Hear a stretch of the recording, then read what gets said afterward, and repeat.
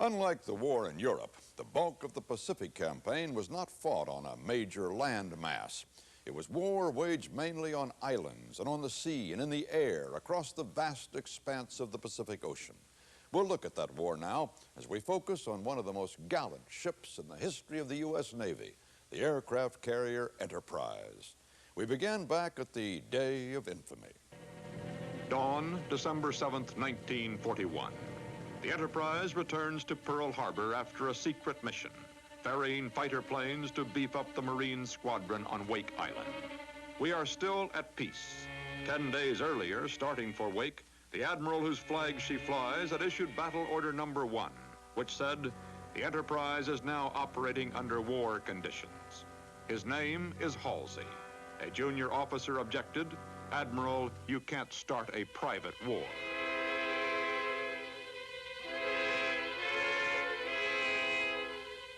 Now, 200 miles west of Pearl, Halsey launches a scout plane with a special message for Admiral Kimmel. He entrusts it to his operations officer, Lieutenant Commander Bromfield Nichol. As we approached the western coast of Oahu, both the pilot and I noted, well up ahead in the direction of Fort Allen, quite a bit of smoke rising from several locations. We spoke to each other over the plane's intercommunication system about this, made note of it, thought no more about it until we crossed the shoreline at Barber's Point, where in the same direction could be seen much heavier smoke, also anti-aircraft bursts. Also, we could see over towards the southern shore what appeared to be shells splashing in the water. As we approached the air station on Fort Allen, I notified Brig Young, the pilot, that there was what appeared to be an Army fighter plane some distance above us and astern, in a very excellent position to make a run on us. Brig said he would watch out for it. As I was looking at it, the plane nosed over and did dive on us. I saw his guns shoot. Certain fragments came out of our wings, and as he flashed by to the side and below us, I saw the Jap insignia, the big orange ball on the side of the plane. We knew then what the situation was.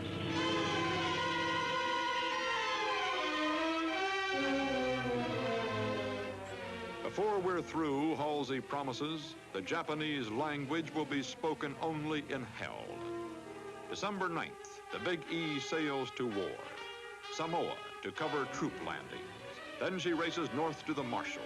Now begin 4 years when the Enterprise will strike so fast in so many places that the Japanese will report her as 3 different carriers. 6 times they will claim to have sunk her. The first time at Pearl Harbor. These premature obituaries inspire her sailors to nickname her the Galloping Ghost of the Oahu Coast.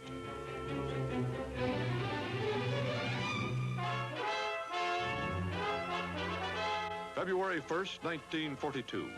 9 weeks after Pearl Harbor, Halsey launches his planes 21 times, starting before dawn, and attacks for 9 straight hours.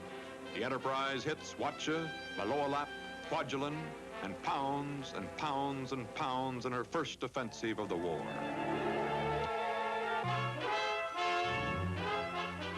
In April 42, she's at Shangri-La.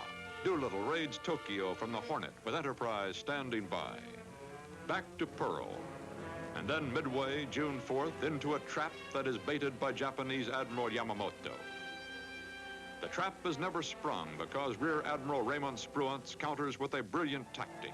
He times his attack to hit the Japanese carriers just as their planes are on the deck refueling and helpless. But first he had to find the enemy. Lieutenant Commander C. Wade McCluskey Jr. did the trick. I expected to contact the Japanese striking force about 11:20. At reaching that point, about 19,000 feet altitude, there was no sight of the Japanese fleet. Quickly, I had to determine what decision I would make, whether to reverse course, circle, remain in the area, and await further information. I decided that the best course would be to proceed westward for another 20 minutes. After about 15 minutes, below me I sighted what appeared to be, I think, a Japanese cruiser. Later it was determined to be a high-speed destroyer proceeding on a northeast course. I turned then and followed the course of this destroyer. About 10 minutes later, having binoculars, I was able to sight the Japanese fleet. Our attack was made about 12:20. And fortunately, we met no opposition in the air. There were no zeros in the air at all, so we had all full reign of making our diving without any trouble at all, without any opposition. Consequently, our bombing was pretty accurately done. And with the hits that we obtained, we put 2 of the ships out of commission.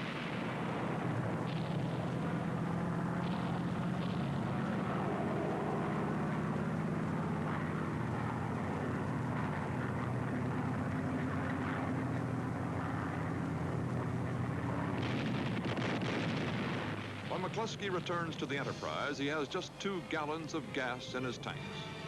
Enterprise, Hornet, Yorktown sink 4 Japanese carriers. We lose the Yorktown. But at midway, Japan's superiority in the air is ended. Enterprise goes to Fiji. She covers the Marines on Guadalcanal, then speeds to the Santa Cruz Islands to keep the Japanese from reinforcing the Solomons. It has been a bitter summer. Saratoga is out of action. Wasp is sunk. Only Hornet and Enterprise remain afloat and fighting. Admiral Thomas Kincaid now commands the carriers. Off Santa Cruz, Enterprise and Hornet meet 4 Japanese carriers.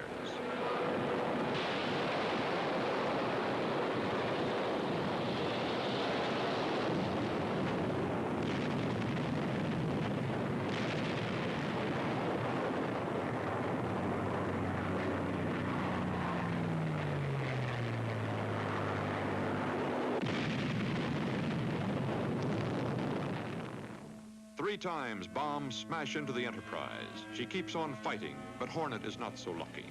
Bombs, torpedoes, and suicide bombers. She is finished.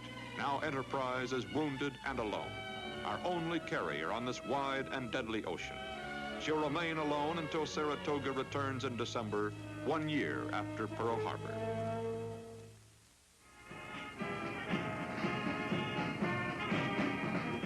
The next year, 1943, is comparatively quiet for the Enterprise. New carriers relieve her, carriers built in the time her lonely vigil had bought. She goes home for refitting. In her many crossings of the equator, boys who had never lifted a hand in anger or left their inland valleys and city blocks become brine-soaked and hardened sons of old Neptune and of war.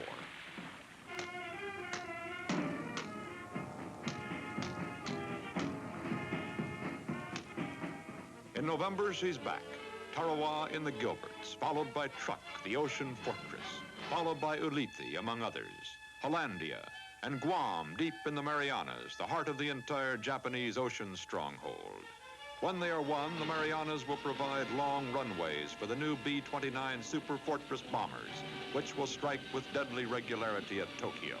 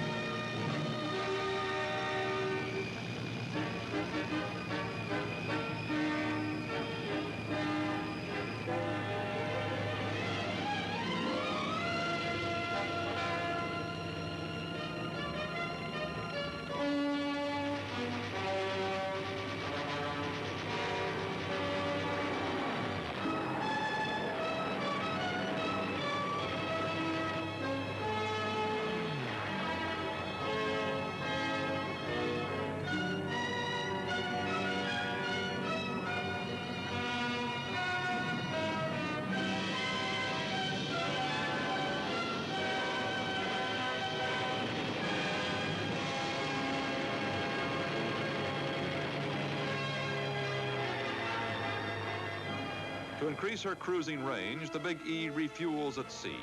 Her planes cover her, but these are tense moments.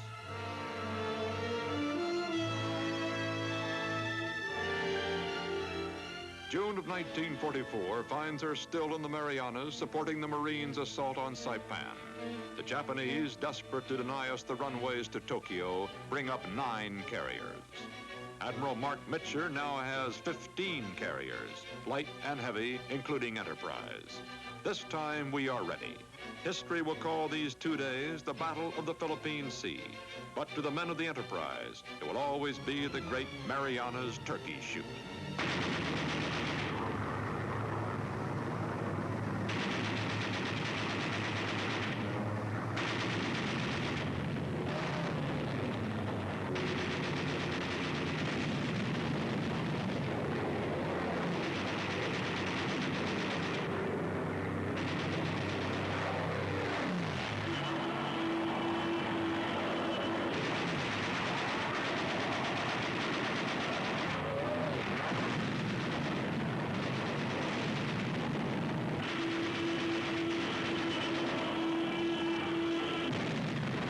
The Japanese lose more than 300 planes. The enemy fleet air arm is virtually destroyed. Most of our planes return safely, but not all. There is always a price for victory.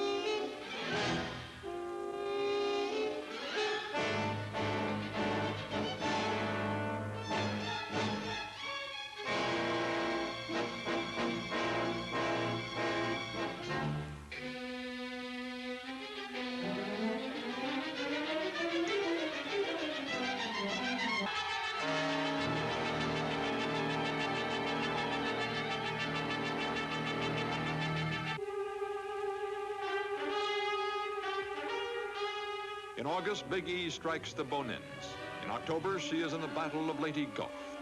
And then Okinawa. By this time, the Japanese Navy is finished. The door to Japan hangs ajar. One more base, however, must still be had. That base is Okinawa. The Enterprise fights under a rain of deadly kamikazes, the Japanese suicide bombers.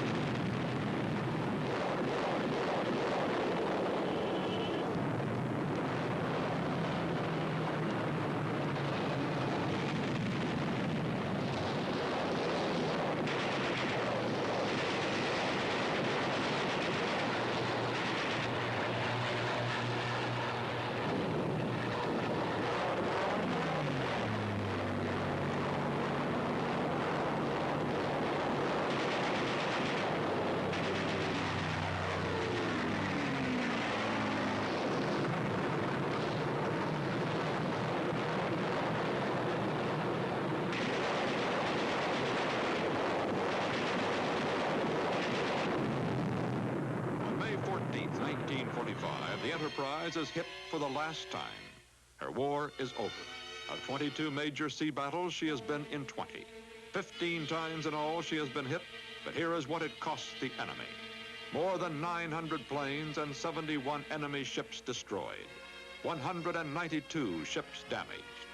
After the war, she returns to New York. Here she had been christened with a quotation from Shakespeare. May she also say with just pride, I have done the state some service. Who could deny her claim? She is the most decorated ship in U.S. naval history. She'll remain afloat until 1958, then go to the scrap heap. The memory of the Fighting E lives on. In 1961, the Navy launched a giant new ship. It was the first nuclear-powered carrier and was then the world's largest warship, and they named it Enterprise.